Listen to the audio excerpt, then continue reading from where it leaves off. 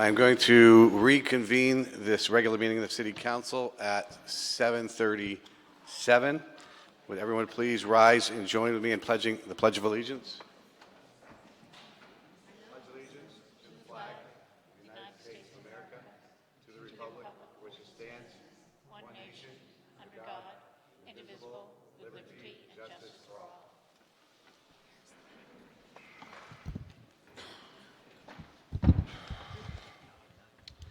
We apologize to the public for being a few minutes late on the public forum, but we will open that up immediately now at 7:38. So the public forum, we will start with Lee Terhune. Good evening, Mr. Hune. Welcome. Good evening, and thank you for the opportunity to be here. As you probably know, this is Black History Month. It was inaugurated in 1976, so it's been happening for a long time. I'm going to talk about Andrew Harris and how his exclusion from the processional and the stage at his UVM graduation is very similar to the exclusion of Black people from the parade mural, which is at an entrance to our Civic Center in Burlington.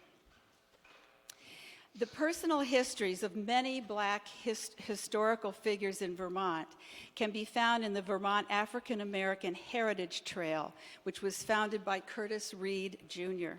He tells the stories of Black people who made their homes in Vermont, including Lucy Terry Prince, an African American poet, a Vermont farmer, a landowner, and in 1803, she successfully appealed a land dispute before the state Supreme Court and won against the two leading lawyers in the state. Eliza Healy was born into slavery in Macomb, Georgia in 1846. Not many years later, while living in Vermont, she became Mother Superior at a Catholic convent. In 1909 to 1913, Vermont's population of 826 Black residents increased to 2,000 when the all-Black 10th Cavalry, the Buffalo Soldiers, were stationed in Colchester.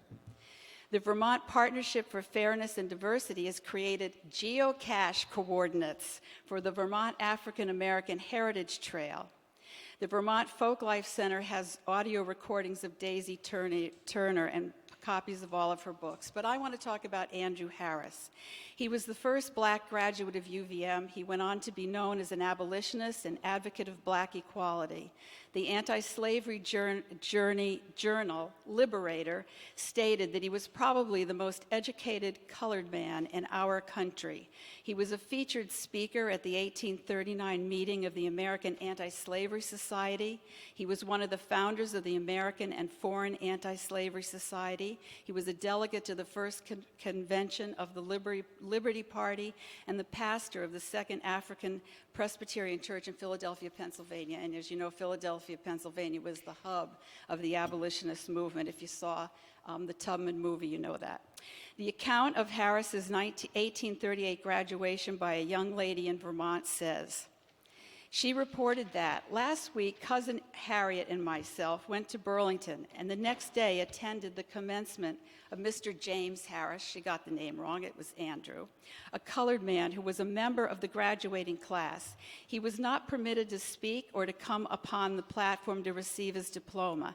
He was obliged to take it one side. The class declared that if he came upon the stage, they would have nothing to do with him.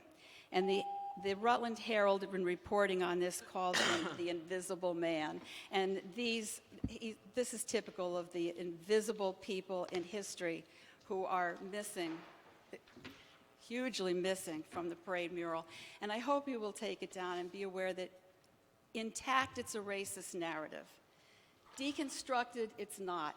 And it could be a geocache event in Burlington if it was separated and the panels spread around town. Thank you, Mr. Hune. Jim Carrier is up next, to be followed by Mark Porter. Good evening, Mr. Carrier. Welcome. Hey, thank you. Well, I just learned that what I was going to speak about apparently has been rewritten. The assistant police chief has resigned, and I'm happy to see that. I wanted to tell the mayor that I was really dismayed and disgusted about the way this whole thing was handled. And I don't think the administration needs a social media policy. It just needs a clear view of right and wrong, especially from a police officer. A kid with a cell phone knows when they cross a moral line and create a false ID in order to attack someone anonymously.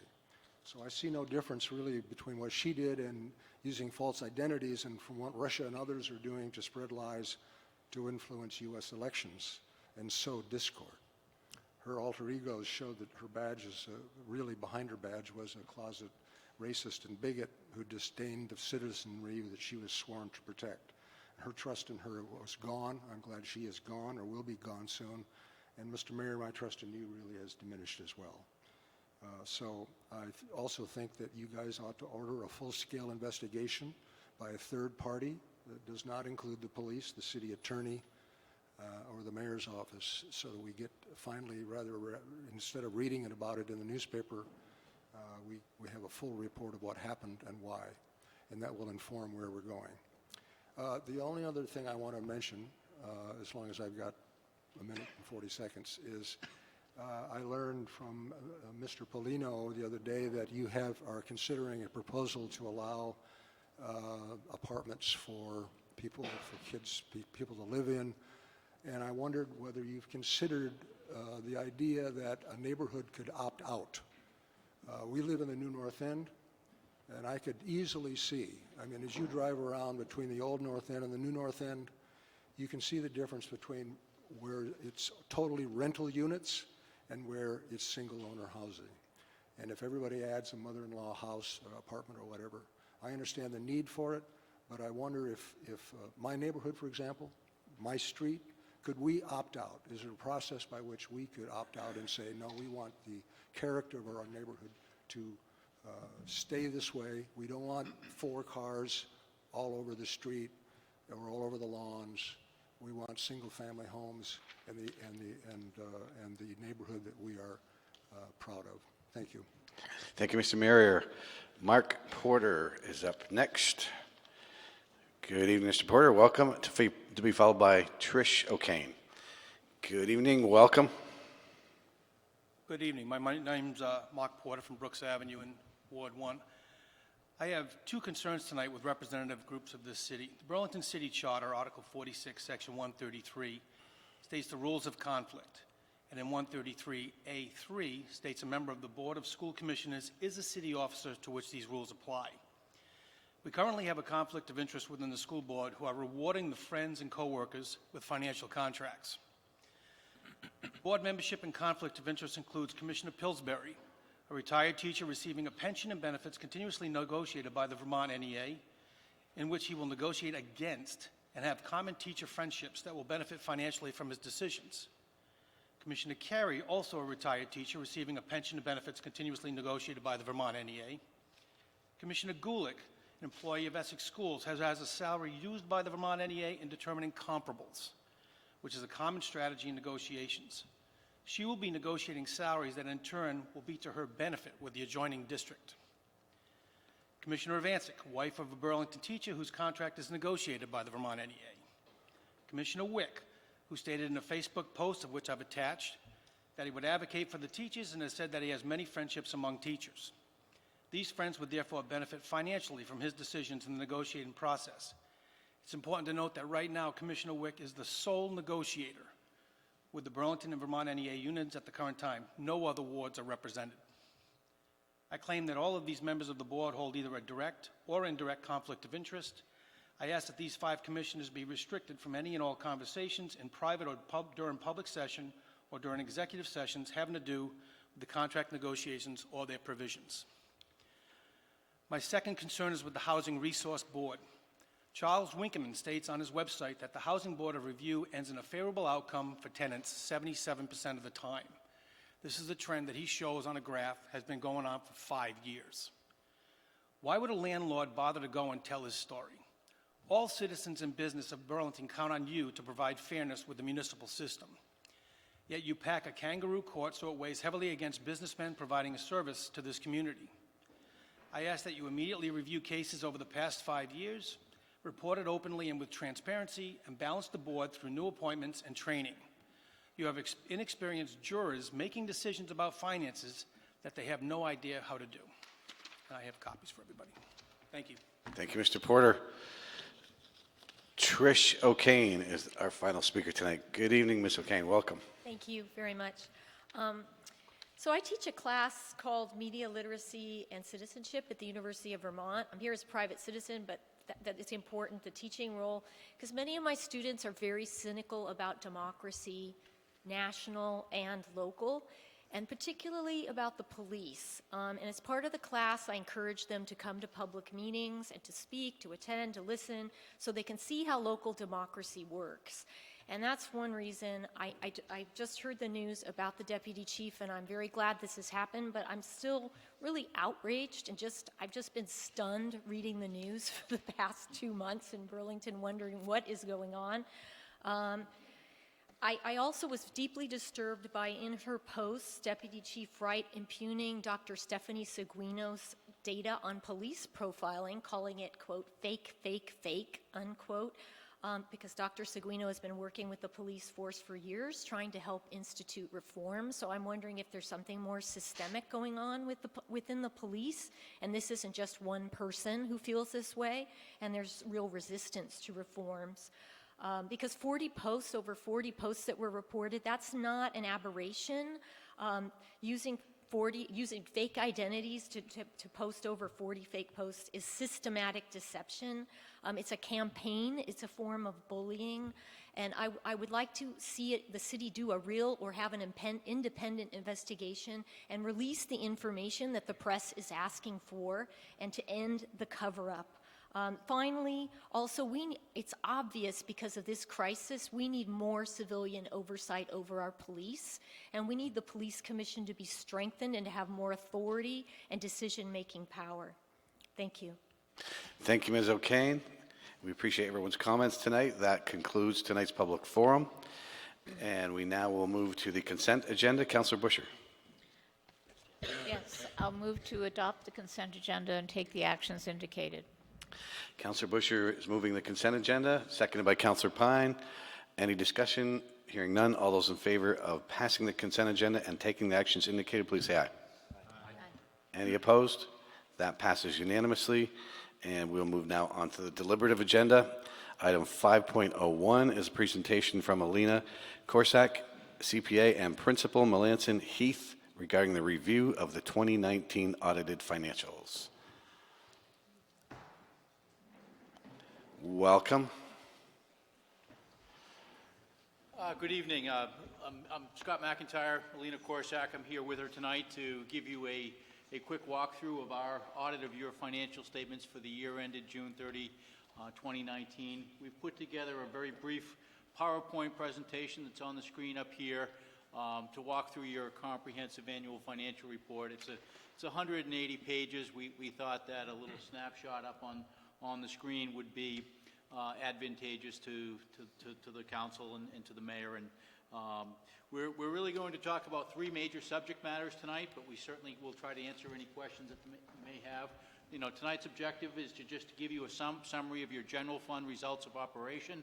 General fund is, of course, the primary operating fund of the community. There's a wealth of more information in the CAFR, but much of our discussion tonight is going to focus on your general fund, and in particular your unassigned fund balance, which really is the first place that most readers will turn to when they open your CAFR.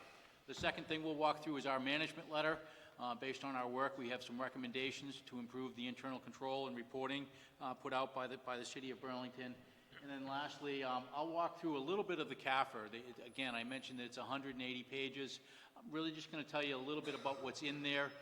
And certainly we'll try to answer any questions that you may have on that. But with that, I'm going to turn it over to Alina to talk about the results of your general fund for the fiscal year ended June 30, 2019. For those of you following in the CAFRA, it's page 37. That's where the general fund balance sheet is. At the end of the fiscal year for the city, on June 30, 2019, the unassigned fund balance for general fund was $9,497,207. You could see here that unassigned fund balance at the beginning of fiscal year was $9,713,896. The two primary factors affecting the results and the change in unassigned fund balance is the budgeted surplus of about $3.3 million coming from revenues greater than budgeted by $1 million and actual expenditures under budget by about $2.3 million. And the other main factor is the increase to assigned fund balance, and that's primarily because you used the surplus at June 30, 2019 and reprogrammed for some other purposes for fiscal year 20 budget. So primarily, it was the June 13, 19 City Council resolution that used unassigned fund balance to basically repurposed for other uses for fiscal year 2020. The other factors contributing to change in unassigned fund balance, they pretty much offset each other and have very minimal effect. So on the next slide, this is just so you could see your trend in the last 3 years in unassigned fund balance. You could see that's where the $9.4 million is at the end of 6/30/19, and you could see it's very consistent. It's just a slight decrease of about $200,000 from 6/30/18.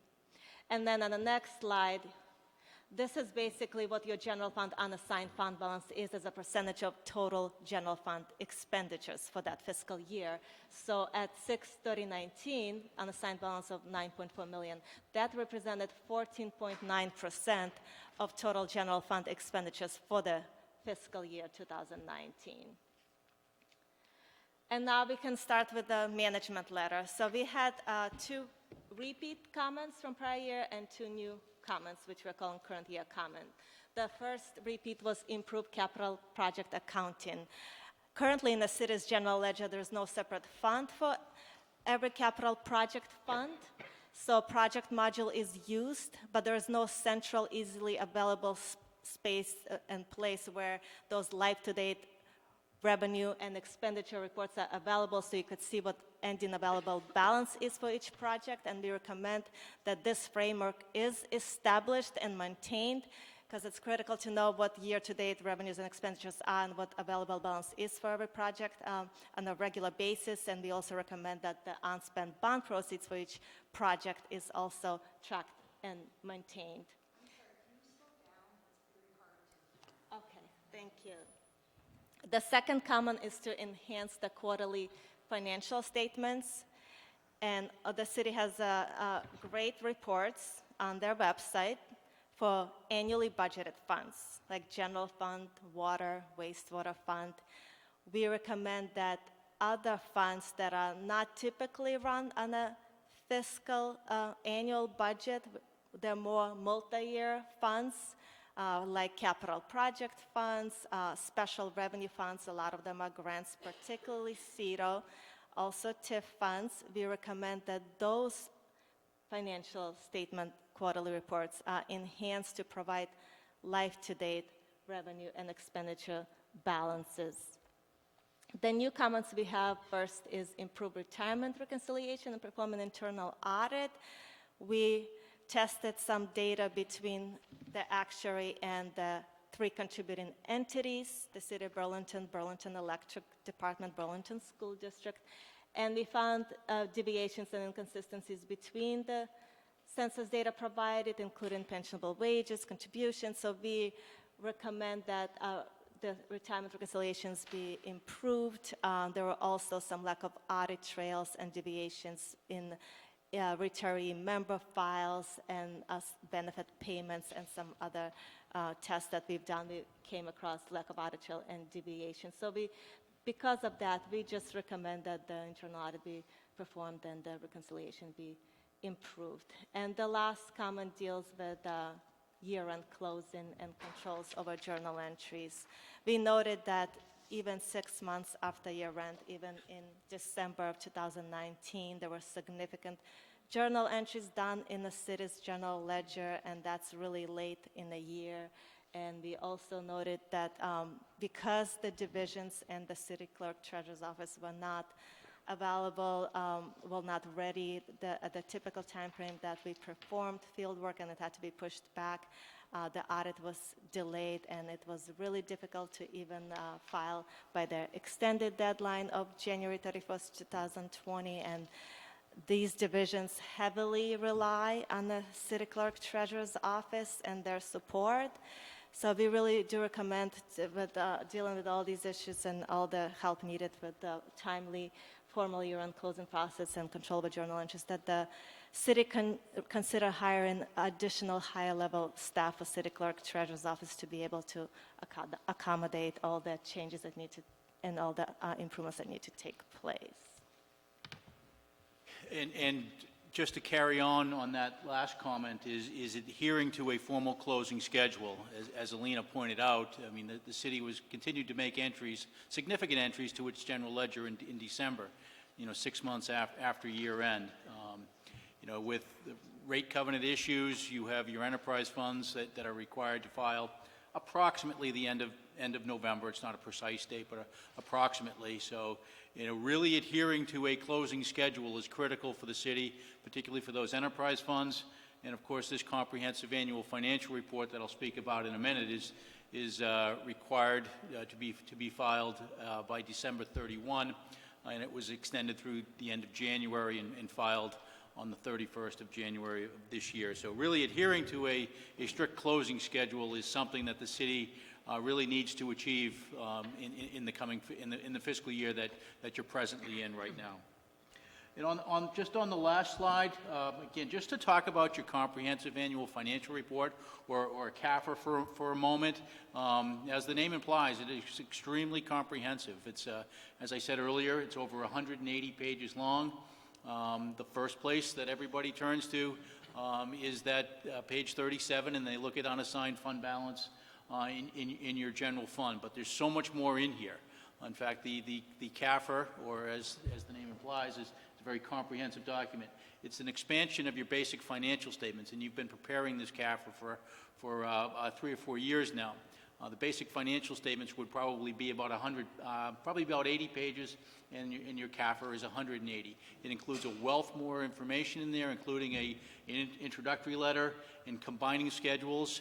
It combines many of your special revenue funds. It shows you the detail of them towards the back. And it also has a statistical section, which generally speaking includes 10 years worth of history of the various funds and the opinion units that are in there. So there's a wealth of information in there. There's disclosure on all of your long-term debt that's outstanding, as well as the net pension liability, which we've talked about in prior years.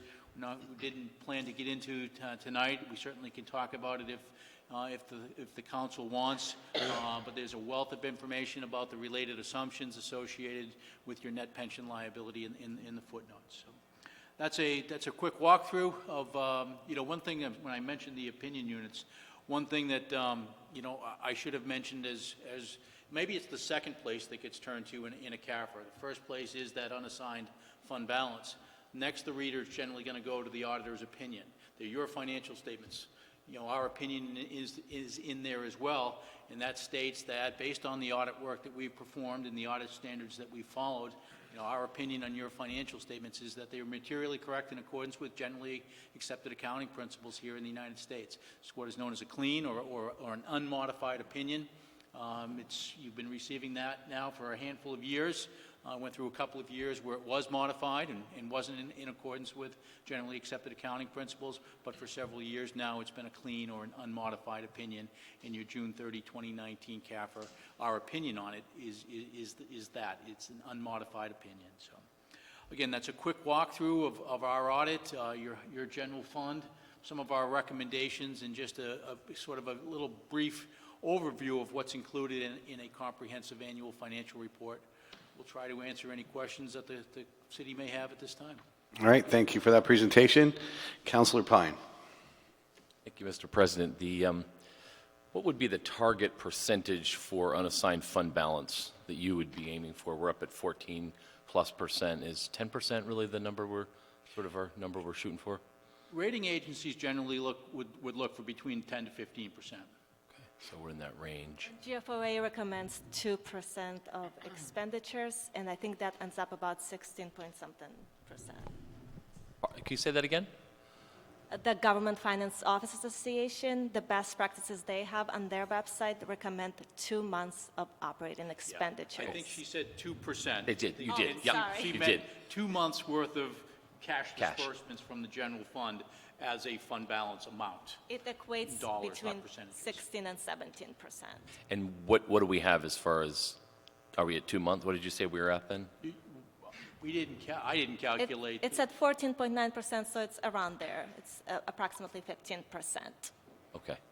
And if you were sitting on our side and you have the expertise you have, what of the findings are the one, what should we be focused on? Can you give us that? Yeah. Just tell us what we need to be worried about here. You need to get your books closed much faster than you presently do. It was a lot of stress on the organization, the city of Burlington, in the month of December and into January to get to this point where we are. The bottom line is the books aren't being closed fast enough, and you're making significant entries into 6 months after year end. I don't call them audit entries because your staff is still uncovering things that need to be addressed. But 6 months after year end, you really need the target to be done by about 3 months. 3 months after the fiscal year closes? Yes. Okay, thank you. Thank you, Councilor Pine. Councilor Paul. Thank you, and thanks for coming all the way from New Hampshire to be with us tonight. When did you schedule your field work? I shouldn't say you scheduled it. When did you do your field work? Well, it depends on division. Typically, we do like pension in August. Typically, For the we do- general fund, when you were at the clerk treasurer's office? Typically do it in October based on how everything went in previous years, and that was main areas like Make cash. sure you're speaking right into the microphone so we're having trouble hearing you. So some of the major audit areas like cash reconciliation was delayed by at least several weeks, and other areas were delayed, but this is the clerk treasurer's office, and then divisions were delayed as well. Typically, we planned them for September. That did not happen this year. Okay, so both have been doing this longer than I have. My experience has been that there's one thing auditors don't like, and that is showing up when they have scheduled field work and not being able to complete their field work. It's more that the timing threw everything off because we have great communication with city Right. clerk treasurer's office, and so we did communicate and had conference call and were rescheduling them as we went along, but that just delays everything in the Right. process. Well, as I said, it's not good. Yes. The thing that I'm trying to understand is that this is the first time that you've cited this. I believe that you have cited this in your management letter. So it would seem to indicate that there is something going on within the clerk treasurer's office, if there's been some change, and that's what I would be interested in knowing. What has happened in the last year that has brought about, 6 months is a very long time. Is what, and I would just ask if there is someone who can speak to that. Well, Well, okay. if it's, Mr. Mayor, can you respond to that? Well, I think it's worth remembering we're talking about a period here where we have not had a permanent CAO, which is a change from prior years. That ends next Monday, and this. Mr. Mayor, we're having a little trouble hearing you. The situation of not having a permanent CAO ends next Monday, and certainly the small number of recommendations in the management letter will be at the top of the list of the new CAO coming in. I do, since I have the mic, just want to point out that we have an official policy on the unassigned fund balance where approved by the council and managed by the Board of Finance that we should, the 10% is the figure we've been shooting for, and we're well ahead of that. Also, just context here, just to remember, we have gone, this team in the CAO's office that I think everyone would acknowledge there were issues this year with the closing of the books. This is the same team that took us from having 27 findings, 12 material weaknesses, just 8 years ago to the elimination of all that. So we've been through recent years where we had conditional audits.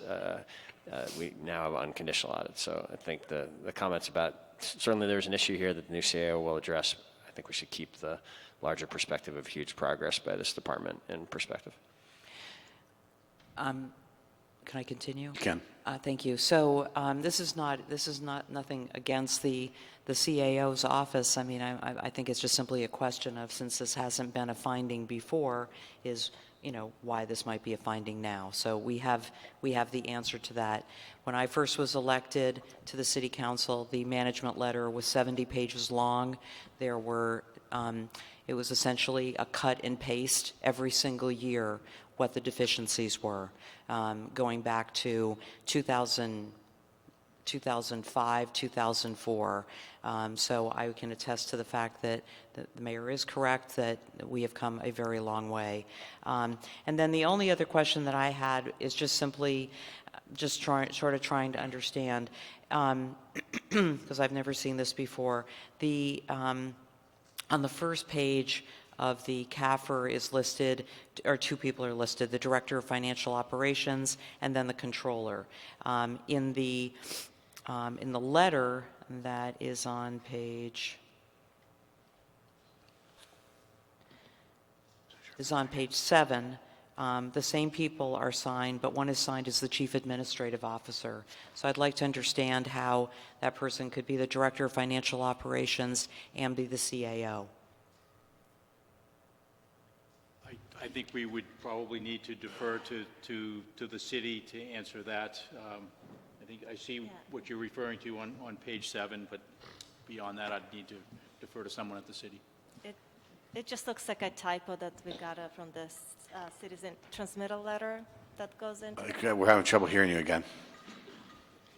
Because it's signed by the Director of Financial Operations. Yeah, but I think we have an interim CAO. Obviously, Beth Anderson was not here when this was done, but it seems as though for continuity purposes that we should have people listed with the correct titles, one or the other. Great. Thank you. Great catch. Thank you. Thank you, Councilor Paul. Councilor Jang. Thank you, Mr. President, and thank you both for being here. It seems this is the third time you come in front of us, at least that I'm present. But I think this year, personally, I see that you mentioned something that you didn't mention before, which is very specific to the retirement, reallocation, and also to perform an audit. Isn't it part of your work to do that for us? Oh, yes. So we audited the pension plan as we do every single year. The problem was that we found a lot of differences, deviations, whether it's census data, whether it's benefit payments, or just member files, retiree files. We've been finding, we sample every area and then look to supporting documentation, and we've been finding differences, and therefore you see the management letter comment. So our recommendation is just to improve internally, hoping to have cleaner audits of the pension plan in the future. So basically, you're not saying for the city to look into another auditor to audit the No. retirement. You're not saying that. No. We're saying that the differences, or sometimes we refer to them as deviations, and we say deviations from what we expect to find. There were enough in there that ahead of the upcoming June 30, 2020 audit, we're recommending that the city dig into that data and address some of the deviations that, Alina spoke about, so that they're addressed before the 2020 engagement. And yeah, thank you. And based also on your recommendations, what I'm hearing, the responses from the council is like, oh, we didn't have a CFO, or was not here. But it seems what you're talking about is we need to find high-level accountant to look into our books. Can you make the difference of what you hear and what I'm saying? And everything, of course, the mayor said was very accurate. There's been a lot of turnover in CAO position, and that does affect the financial reporting. And secondly, there were many other circumstances. There were some division heads that had personal issues going on, delayed the audit. There was a Burlington Telecom audit that seemed to have never ended, and which kept delaying the audit over and over again. And it's just there were a lot of other needs within the divisions, and unfortunately, when you have divisions who heavily rely on city clerk treasurer's office as much as the divisions here do, it's just compounds. And there was an issue with, for example, installing a new software where typically we get cash reconciliations by August 31st, and they weren't really reconciled till November this year, and it's just went all across the different practices and different divisions, and when you don't have enough higher level accounting staff to review this, because your comptroller, Ian Barton, and Jason, who is the deputy for her, and when they do all that high level review, I mean, there's not enough time in there. They don't have the capacity to do what's required to keep year-round done on time, and to have all these divisions to get up to date, and that's because they just don't have that support underneath them, and so you could use those higher level personnel. Okay. And lastly, as you probably know, our system of government here, yes, Burlington School District is somewhat an entity of the city, but they are run by a different board. From my understanding, you also audited the city, including Burlington School District. Is that correct? We don't audit the Burlington School District, but they are always a cause. They're always a major cause of delay because the Burlington School District is presented as discretely presented component unit in a CAFRA. So we need their auditors' financial statements first to review and then get the final to incorporate into the CAFRA. And we didn't even get them till January, and the deadline for CAFRA is December 31st. So this has been happening on an annual basis where extension was required, because of the school district, and there were obviously more issues than that this year, but we do not audit the school district. I was only going to add that, yes, the school district and of course, Burlington Electric Division are part of your CAFRA, but those two, I'm going to call them entities, are audited by other auditors. We have required communication with them, and if you were to read our audit opinion, I said it's unmodified, and it is unmodified, but in there we say, as it relates to the school district, we're relying on that auditor. As it relates to Burlington Electric, we are relying on that auditor. But they do get incorporated in here. And Burlington School District is actually the biggest reason for differences in a pension audit, because they're one of the contributing entities, so we have to look at their data. Thank you. Thank you, Councillor Jang. Councillor Busher, and then Councillor Mason. Yes, thank you for coming again tonight. The auditors did come to the Board of Finance, and so we had an opportunity to talk to them about the management letter and other aspects, but we focused a lot on the management letter. And as Councillor Paul stated, this letter now with the areas that we need to work on has been streamlined significantly, but there's sticky things that really point to, if we can improve on them, it will make our job as city councilors easier too, because there were 4 points. One had to do with improved capital project accounting, and it's been really difficult to, as you state, track the dollars that are associated with a specific project, especially as they go year after year after year. They're not contained within 1 year. And so you make that point, which I think will help the council also track and understand ultimately what we thought the project would cost, how much we ultimately spent, et cetera. And so I feel like that's a necessary improvement. And the city said that they've retained Barry Dunn, a consulting group, to help them with this, and so that's a good step. The other thing is, as you go through this, the other points about the quarterly financial report, the city once again states that they totally agree with the findings, but they've had a difficult time filling a position. So I think what this points to is that the clerk treasurer's office has been stretched a little thin. And so when that happens, you have to prioritize. And when you prioritize, you do what you believe is absolutely necessary, and sometimes you miss deadlines. And I think that's what we're talking about here, deadlines that were missed. And the city's response is that they understand that, and they're either going to do remedy with a consultant or remedy with greater oversight. And so I think the dialogue in the management letter is really good, because you're pointing out, I have to be careful because I'm going to say a word that means something totally different in the world of auditors, but it's not a deficiency, it's not a weakness, it's a vulnerability. I want to use a word that's not auditor-like. You point those areas out to us, and then the city is responding honestly about how they will make those improvements. And what I do, and I know that the other members of the Board of Finance do also, is we compare management letter from the previous year and this current year to see if we're improving.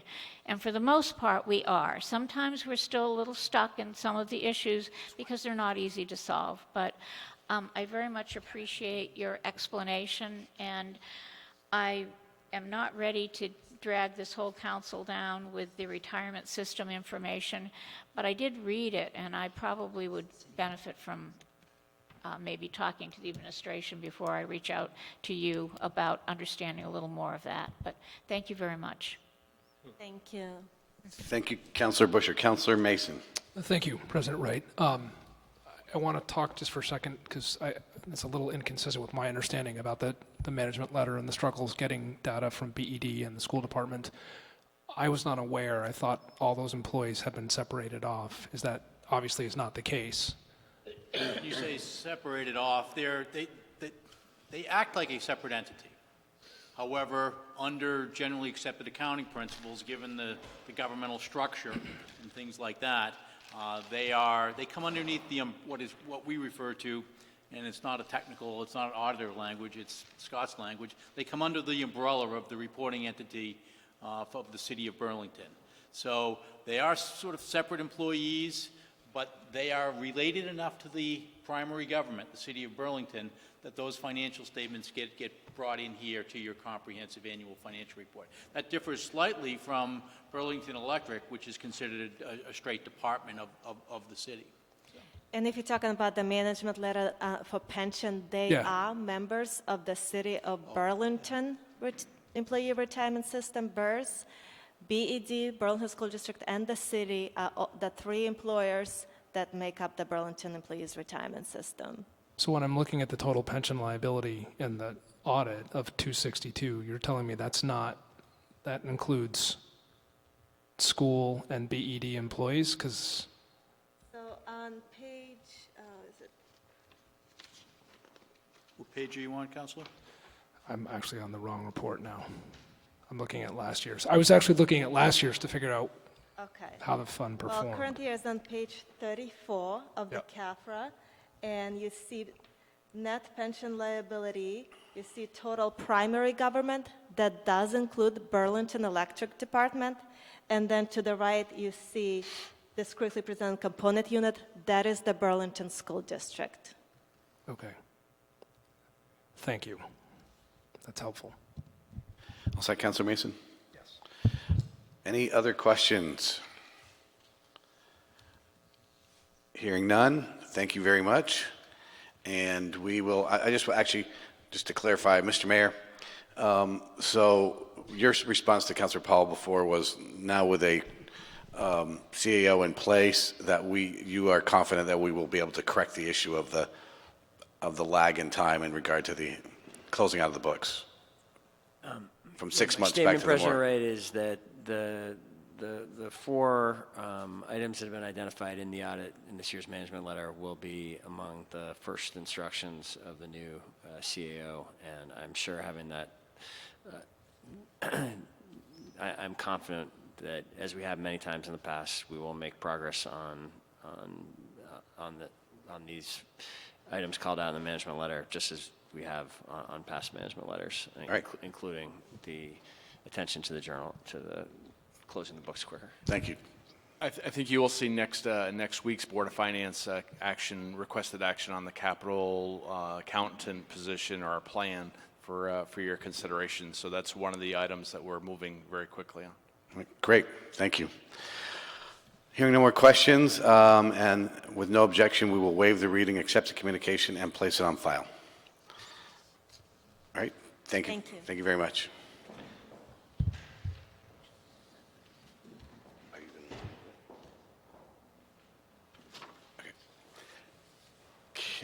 I am going to now pass the gavel to Councilor Mason.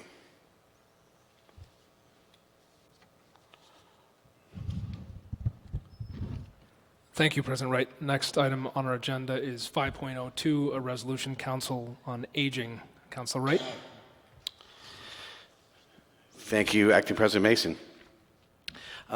So this is, let me first get this on the table. So I would like to move for adoption of the resolution, wait for a second, ask for a second, and ask for the floor back after. Seconded by Councilor Busher. Councilor Wright. Thank you. First of all, let me apologize because I meant to send these resolutions out to the full council, and when the snowstorm hit, it basically threw me off. So this is a reaction to we all remember the Senior Center Study Committee that we put in place back in the fall of the previous year of 2018, met for a number of months, and they were charged with a number of tasks. One was to look at the Heidelberg Senior Center and how best to deliver services to our seniors in the most efficient, cost-effective way. That is still being worked on with the administration, but one of the proposals that they had was the creation of a Council on Aging. And so this is a resolution that would begin that process. This is, by the way, is a revised resolution. Lines 9 through 15 have been 9 through 13. No, I guess it's all the way. 9 through have been replaced with lines.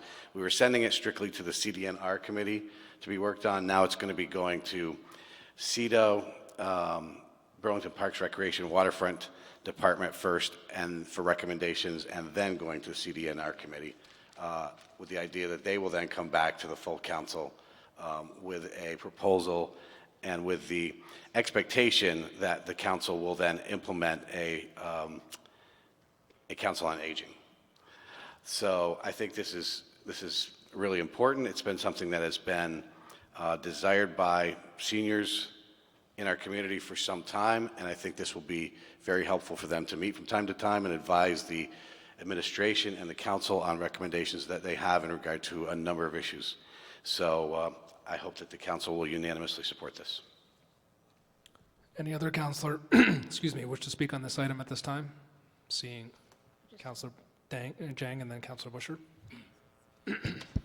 Thank you, Acting President Mason. And I just wanted to take the time to take the President right, because this, I think, is one of his initiatives. And I just have a quick question, because I believe that the council did form a committee, and that committee was composed of former city councilors. But wanted to just know where that committee is now. Are they still functioning? I think it was Jen Odell and also it was Councilor Hartnett. Councilor Hartnett. So I just want to know if they're still functioning and what they do currently. So Councilor Wright, are you prepared to answer that question? I'll allow it. Sure. Thank you, Acting President Mason. That Senior Center Study Committee was made up of a couple of counselors at the direction of this entire council. As you noted, it was Councilor Nodell and Councilor Hartnett. They continued, they were counselors, and then they continued after their term was over, at the urging of the full city council. But it was not just those counselors, it was a number of people that made up that Senior Center Study Committee. They concluded their work essentially when they came to the council and gave us their report at the end of their meetings. What I'm saying that they're continuing to work on with the administration is a plan to make sure that the Heidelberg Senior Center is funded in the next budget, and that then, well, that plan is being worked on. That's separate from this. But this is one of the recommendations that they had in their report to the City Council. And lastly, I definitely like the changes because that was my first question and didn't know it has changed. But I'm glad that you want to send it to CEDO and Parks and Rec, and then they bring recommendation to CDNR. Thank you, and I'll fully support this. Great. Councilor Busher. Yes, so I certainly will be supporting this, and I think that the Heidelberg Senior Center was the primary focus of that study, but at the time, the Multi-Gen Center also had a senior center, and that was relocated in St. Joe's, and so people felt that that was cared for and funded, and I believe that to be true, but I still think that the seniors that attend there or attend the Heidelberg still would like a place to go where they can bring forward their concerns. So I think a council on aging, specifically as I believe somewhere in this resolution, it's so short, but that this community is an older community. And I think we need to address, just like we focus on childcare, we need to address the needs for seniors also. So I'll be supporting this. Thank you. Thank you, Councilor Busher. Anyone else? Seeing no one else, we'll vote. All those in favor of the resolution, please say aye. Aye. Any opposed?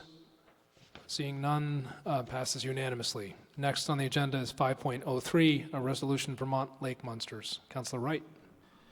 Thank you, Councilor Mason.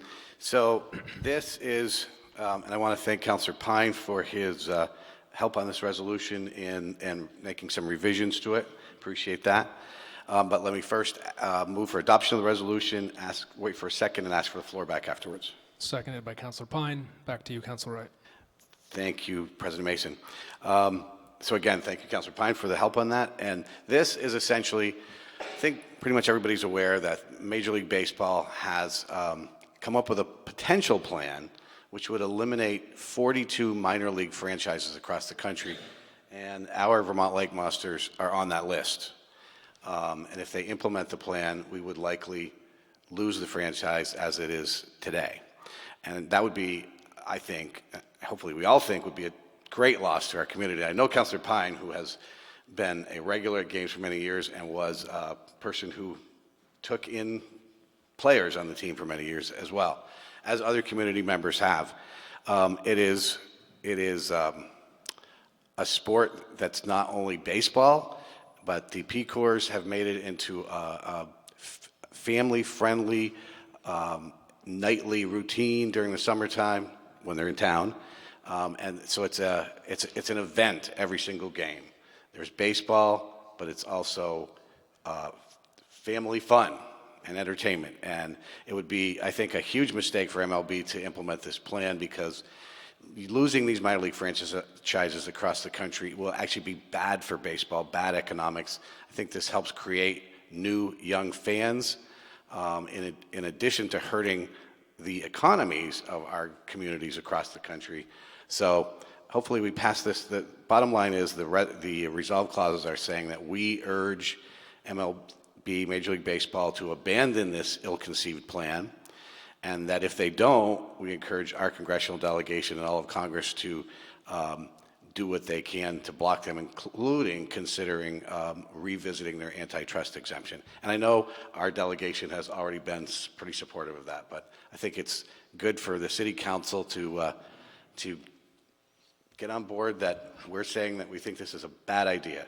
And also, we do have a line in here saying that the mayor has already signed on to the mayor's task force across the country to save minor league baseball. So, again, hope that this is passed unanimously. Thank you very much. Councilor Pine. Thank you. I would just point out a couple items that aren't in the resolution, and that is that a couple months ago, our former mayor, who people have now know as a senator and a candidate for president, held a press conference on this very subject in Burlington, Iowa. and talked about the impact on Burlington, Iowa, and brought together the community. And it was a really powerful event. It was all over. It was all over. It went viral as far as campaign stuff goes. But rewind about a decade, a little more than a decade ago, when the Lake Monsters were thinking of leaving this location, we, the city, and Councilor Wright was the sponsor of a resolution. It was added to my plate at CEDO because I volunteered and said I would do that.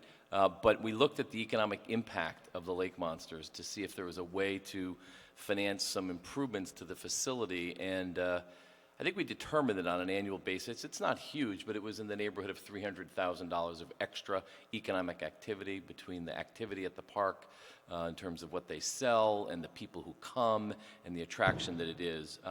The piece that I learned about after that, though, personally, was that it was the place that dozens and dozens of Burlington kids got their first summer job, and it really continues to do that.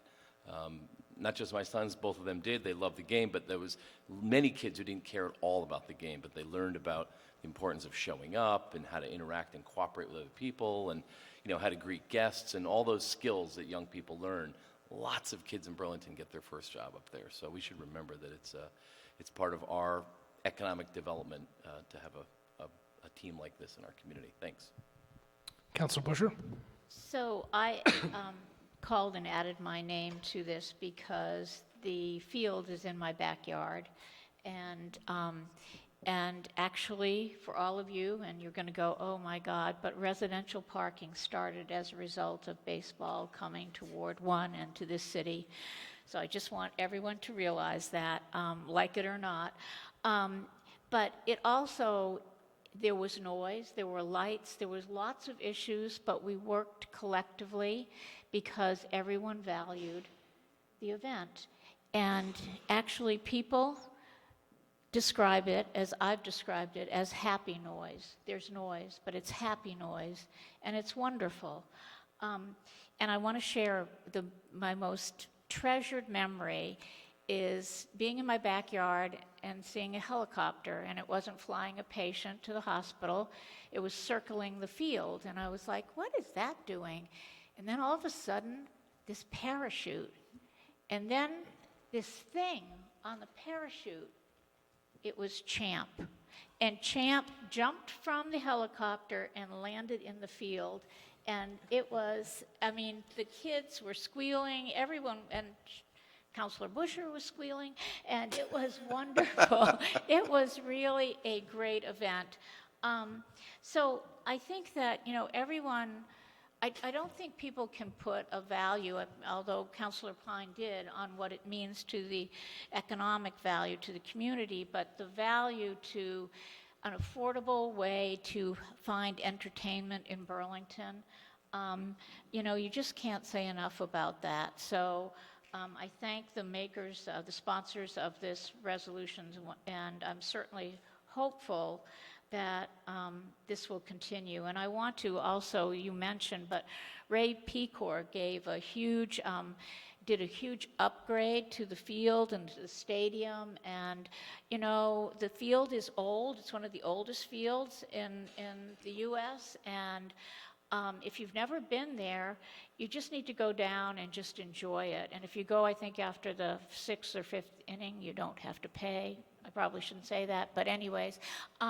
But it's really a wonderful time in the summer. So anyways, thank you. Councilor Jang. Yep, I just have a quick question about this a little bit. And my question is as to why the MLB would like to eliminate 42 minor leagues and why Burlington is one of those 42. Councilor Wright, you feel equipped to handle that? The reason, Go ahead. thank you. The reason that the Lake Monsters are on the list, there's a number of factors. One is that they look at how old the ballpark is, and that's one of the factors. It's a number of them. And we are, as Councilor Busher noted, it is literally the oldest ballpark in the country, which we think is good because it's a really quaint, great little ballpark. But they look at that as one of the factors. One of the other factors is how far away, for whatever reason, the parent team is. And Oakland, I've read that, and Oakland is obviously very far away on the other side of the country. I think there's a couple of other factors as well, but those are some of the reasons why we would be on the list for elimination. MLB has a number of factors they're looking at in regard to economics of these minor league franchises. So that it's, in my mind, it's an ill-conceived plan that they hopefully need to be talked out of. Councillor Jang?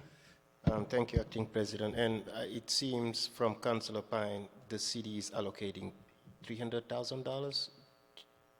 Could you please clarify that? Yes. Councillor Pine? Thank you. That was, I meant to say, that's the economic activity that's generated. So payroll taxes, the purchasing that people do of the product gets taxed, and the wages of the young people. I mean, there's all that. So that's what it is, economic activity. Yeah, because if it was the case, I would want to have a marching band at our high school. But thank you. Any councillor wish to speak? Councillor Wright? Just one more last brief comment. I thought sure that Councillor Busher was going to say that her favorite memory was Senator Ash and I walking back from a game one night and knocking on her door after we left the game at 10:30 at night. And I think we may have had one or two beverages at the game. But when Councillor Busher didn't answer the door, we were tossing up little pebbles at her window because we could see her in there. She wasn't answering the door, and she finally did. She finally did come out, and she looked like she was ready to squeal that night. She would squeal in anger at us, at her being at her door at 10:30 at night. But I think that this is, the Lake Monsters. Councillor Pine said it. Councillor Busher said it.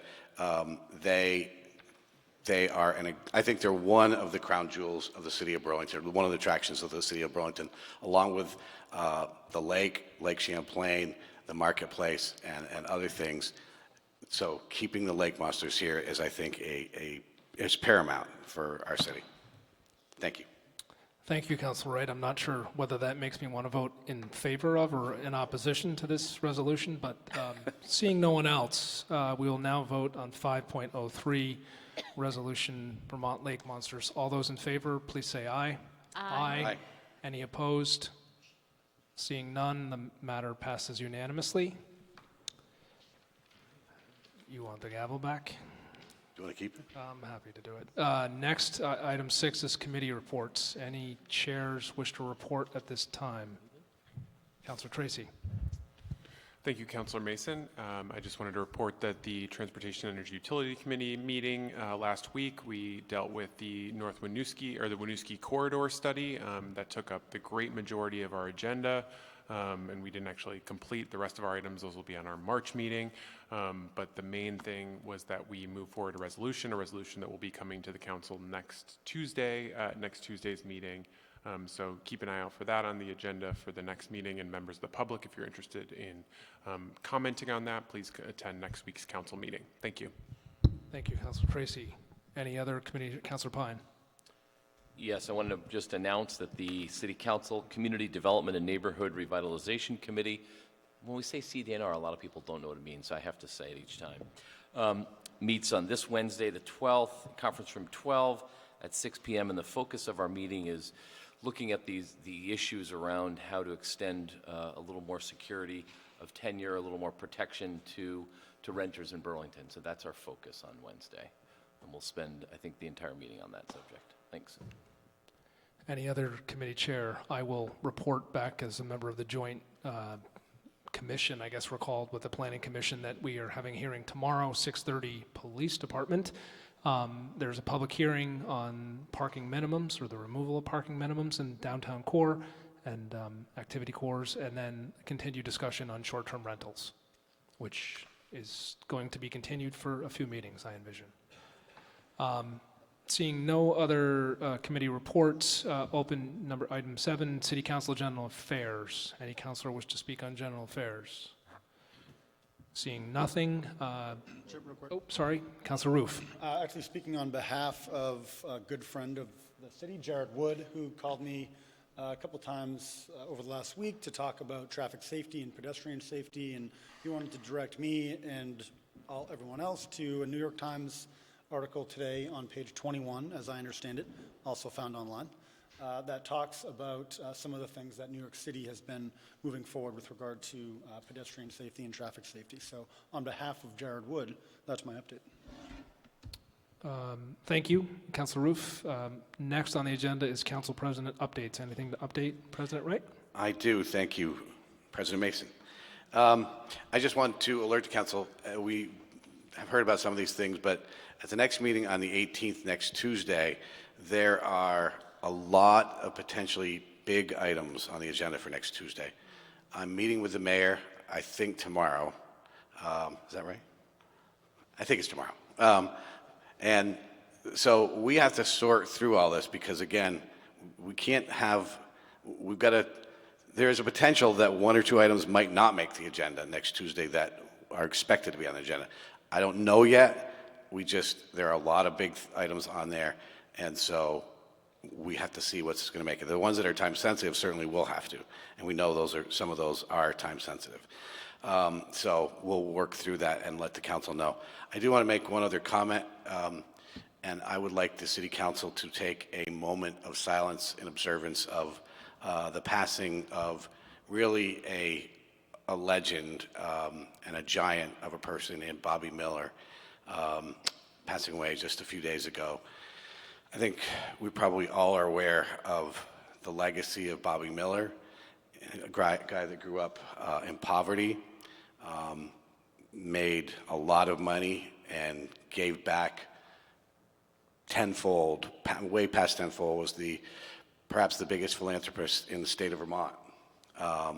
And just an incredible guy and a huge, huge loss. He's one of those people that, along with John Ewing, losing him a couple of years ago, was just a tremendous loss. And so I would like to have the council observe a moment of silence for the loss of Bobby Miller, and we extend our sympathy to his wife, Holly, and the family.